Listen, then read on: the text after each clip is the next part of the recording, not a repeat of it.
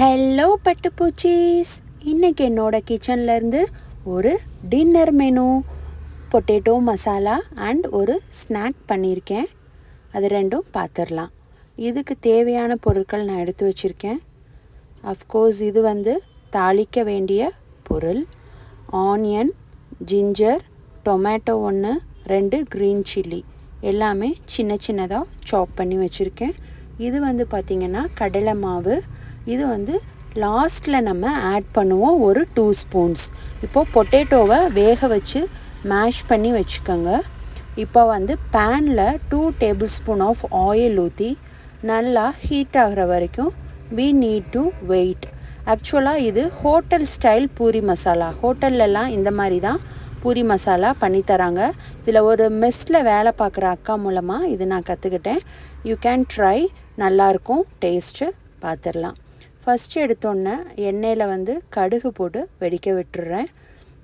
நல்லா வெடித்த பிறகு நம்ம சீசனிங்க்கு கடலைப்பருப்பு, ஒரு வரமிளகா, தென் உளுந்து போட்டிருக்கேன், ஜீரகம் போட்டிருக்கேன். எல்லாமே நல்லா வெடித்து ஒரு அரோமா வரும். அது வரைக்கும் we need to wait. தென் கருவேப்பிலை ஒரு கொத்து போட்டுட்டு நல்லா டாஸ் பண்ணி விட்டுட்டு ஜிஞ்சர் ஒரு 1/2 இன்ச் குட்டி குட்டி சாப் பண்ணியிருக்கேன், அதையும் ஆட் பண்ணிவிட்டு தென் 2 க்ரீன் சில்லி ஆட் பண்ணுறேன். தென் பிக் ஆனியன் ஸ்லைஸ் பண்ணி வச்சுருந்ததை போட்டுட்டு நல்லா சாட்டே பண்ணுங்கள். நல்லா அதை சாட்டே பண்ணிங்கன்னா அந்த எண்ணெயிலெல்லாம் மிக்ஸ் ஆகி ஒரு சூப்பர்ப் ஸ்மெல் நம்மளுக்கு வரும். அது வரைக்கும் நம்ம நல்லா போட்டு வதக்கணும். இது ஒரு நல்ல ஒரு டேஸ்டியாக எனக்கு கிடைச்சது, அதுதான் உங்களுக்கும் நான் ஷேர் பண்ணுறேன். தென் மஞ்சத்தூள் போட்டுட்டு அதோட பச்சை வாடை போகிற வரைக்கும் நல்லா கொஞ்சம் சாட்டே பண்ணிக்கோங்க. ஒரு 2 மினிட்ஸ் டைம் எடுத்துக்கோங்க. Then it's time to add tomato. ஒரே ஒரு டொமேட்டோ தான் நான் யூஸ் பண்ணுறேன். If you need you can add 1 more tomato, அது உங்கள் இஷ்டம். 1 டொமேட்டோ ஆட் பண்ணாவே நல்ல டேஸ்ட் கொடுக்குது. ஸோ இதையும் போட்டுட்டு நல்லா அது சாட்டே ஆகிற வரைக்கும் நம்ம வதக்குறோம். தக்காளி ஓரளவுக்கு மசிஞ்சு வரும். தென் இந்த டிஷ்ஷுக்கு தேவைப்படுற இன்க்ரீடியண்ட் என்னென்னா உப்பு ஒரு 1/2 ஸ்பூன் போடுங்க. தேவைப்பட்டால் அகெயின் ஆட் பண்ணிக்கலாம். ஸோ போட்டுட்டு அதையும் நல்லா டாஸ் பண்ணிவிட்டு நீங்கள் ஒரு 1/2 கிளாஸ் தண்ணி ஊற்றிட்டு இந்த வெங்காயம், தக்காளி, பச்சை மிளகாய் எல்லாமே நல்லா வேகட்டும். ஒரு மூடி போட்டுட்டு ஒரு 1 மினிட் வெயிட் பண்ணுங்கள். இப்போது நம்ம ஏற்கனவே சொல்லியிருந்தேன் இல்லையா கடலை மாவு, அதை ஒரு 2 டேபிள் ஸ்பூன் தண்ணி ஊற்றி நல்லா கட்டி இல்லாமல் லம்ஸ் இல்லாமல் நல்லா கலக்கிக்கங்க. ஒரு ஃப்ளோயிங் கன்சிஸ்டன்சி அளவுக்கு நீங்கள் கலக்கிக்கலாம். இதுதான் நம்ம கிரேவியை நல்லா கெட்டியாக்கி கொடுக்கும். இப்போ நம்மளோட ஆனியன், தக்காளி எல்லாம் நல்லா வெந்துருச்சு, பார்த்தாவே தெரியுது. இப்போது நம்ம டொமேட்டோ மேஷ் பண்ணி வச்சுருந்தோம்ல, அதை நம்ம இதில் ஆட் பண்ணுறோம். கொஞ்சம் கொஞ்சமாக ஆட் பண்ணி அந்த தக்காளி, வெங்காயம், பச்சை மிளகாய் கூட அதை அப்படியே மேஷ் பண்ணி நீங்கள் குக் பண்ணிங்கன்னா எல்லாம் சேர்ந்து ஒரு சூப்பர்பான மசாலா நம்மளுக்கு கிடைக்கும். ஸோ நல்லா ப்ரெஸ் பண்ணி மசிச்சு கிண்டுங்க. அப்போ தான் நம்மளோட பொட்டேட்டோ மசால் சூப்பர்பாக ஒரு கம்பைன் ஆகி அழகாக வெந்து கிடைக்கும். ஸோ எல்லாமே நல்லா மசிச்சு நான் விடுறேன். கொஞ்சம் டைம் எடுத்து பண்ணுங்கள். டேஸ்ட்டு நல்லா பக்காவாக இருக்கும். ஓரளவுக்கு இப்போ நம்ம இது பண்ண பிறகு கொஞ்சம் தண்ணி ஊற்றி இன்னும் நல்லா நம்ம மசிச்சு விட்டுக்கலாம். ஏன்னா கடலை மாவு ஊற்றின உடனேயே நம்மளுக்கு கெட்டிப்பதம் ஆட்டோமேட்டிக்காக கிடச்சிரும். ஸோ ஒரு 2 நிமிஷம் திருப்பியும் மூடி வச்சுட்டு தென் ஓப்பன் பண்ணிட்டோம்னா அழகாக நம்மளோட பொட்டேட்டோ மசால் எல்லாம் சேர்ந்து நல்லா குக்காகி வந்துருச்சு. இப்போது இட்ஸ் டைம் டு ஆட் கடலை மாவு. கடலை மாவு ஆட் பண்ண உடனே கலக்க வேண்டாம், ஒரு 2 நிமிஷம் இருக்கட்டும். தென் இப்போ நான் மிக்ஸ் பண்ணி விடுறேன். அது அழகாக நம்மளோட கிரேவியோட கலந்து கெட்டியான பதத்துக்கு வருது. இந்த பதம்தான் நம்மளுக்கு ஹோட்டலில் கொடுக்குற பதம். நீங்கள் இன்னும் கொஞ்சம் எனக்கு வாட்ரியாக வேணும்னா லைட்டாக தண்ணியும் ஆட் பண்ணிக்கலாம், சால்ட்டும் செக் பண்ணிக்கலாம்.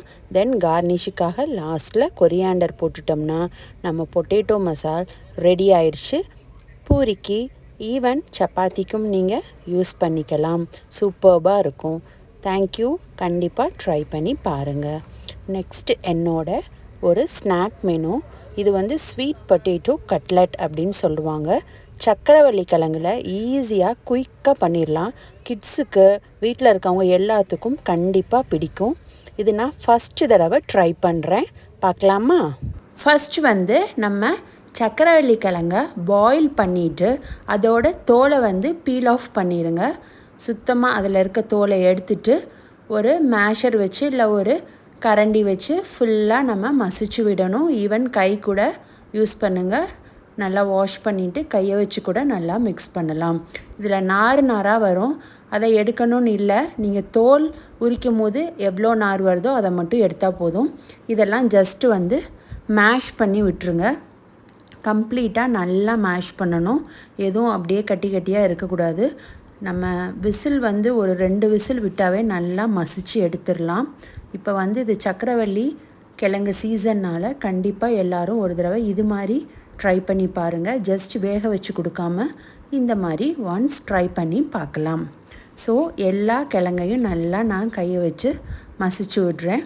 இது வந்து நம்ம ஒரு கட்லெட்டாக போடலாம், இல்லை வடை மாதிரி கூட போடலாம். இன்றைக்கி நான் பண்ண போகிறது ஒரு கட்லெட் மாதிரி ஒரு ஃபார்ம் பண்ண போகிறேன்.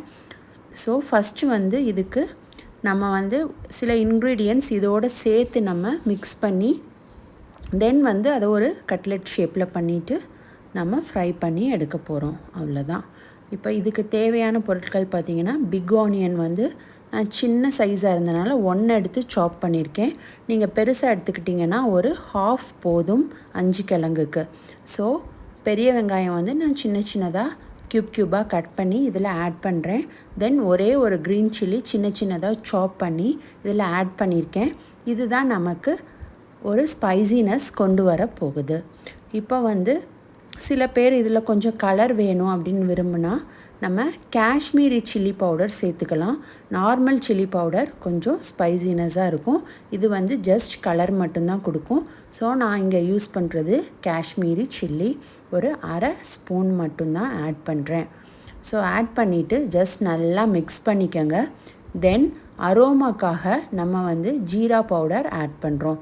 ஜீரா பவுடர் வந்து ஒரு ஸ்மெல்க்காக நம்ம ஆட் பண்ணிக்கிறோம்.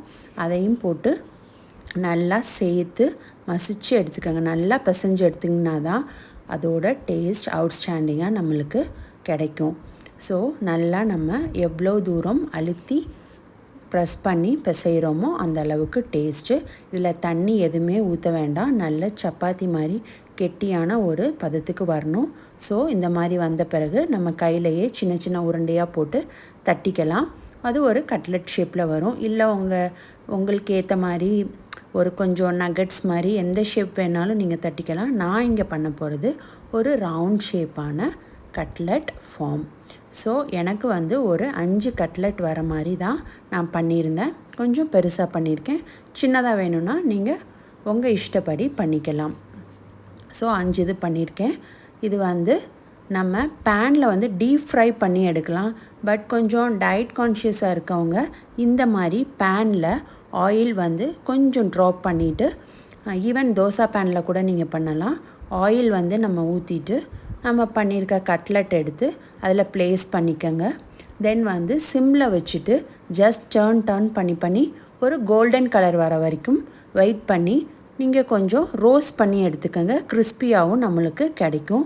இதுதான் நான் வந்து ட்ரை பண்ண ஒரு கட்லெட். ஸோ எல்லோரும் ட்ரை பண்ணி பாருங்கள். இது ஒரு ஹெல்த்தியான டிஷ். ஈவன் டயட்டில் இருக்கவங்க கூட ஸ்வீட் பொட்டேட்டோ சேர்த்துக்கலான்னு சொல்கிறாங்க. ஸோ இந்த மாதிரி ஜஸ்ட் ட்ரை பண்ணி பாருங்கள். ஏர் ஃப்ரையர் இருந்தால் நீங்கள் இந்த ஆயிலும் யூஸ் பண்ண வேண்டாம். ஜஸ்ட் அதில் ஆயில் ப்ரஷ் மட்டும் பண்ணிவிட்டு எடுத்துட்டிங்கன்னாவே அது அழகாக கிறிஸ்பியாக வரும். இங்கே வந்து நான் ஜஸ்ட் பேனில் பண்ணி காமிக்கிறேன். எல்லோரும் ட்ரை பண்ணி பாருங்கள். Thank you so much.